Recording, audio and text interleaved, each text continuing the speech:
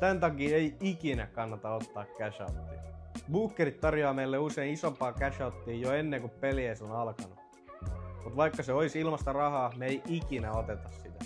Me pelattiin West Ham alle 14.5 laukasta Manu vastaan kertoimella 1.80. Sitten kerroin putosi 1.30. Heti tarjolla isompaa cash outtia. Bookerit haluaa, että me otetaan se, koska se hyödyttää niitä, ei meitä. Jos haluat tietää, mikä olisi reilu cash out, jaat vaan nykyisellä kertoimella sun mahdollisen voiton. Tässä tapauksessa 270 jaettuna 1.30 on 207 euroa. Eli jos me oltais otettu se cash outti, me oltais heitetty 17 euroa suoraan hukkaan. Pitkällä aikavälillä me tienataan enemmän, kun annetaan vetojen vaan rullaa loppuun asti. Jos haluat oppia, miten tää vedonlyöntihomma oikeesti toimii, seuraa tätä Instagram-tiliä ja liity meidän Telegram-ryhmään ja käy hakee meidän ilmainen e-kirja.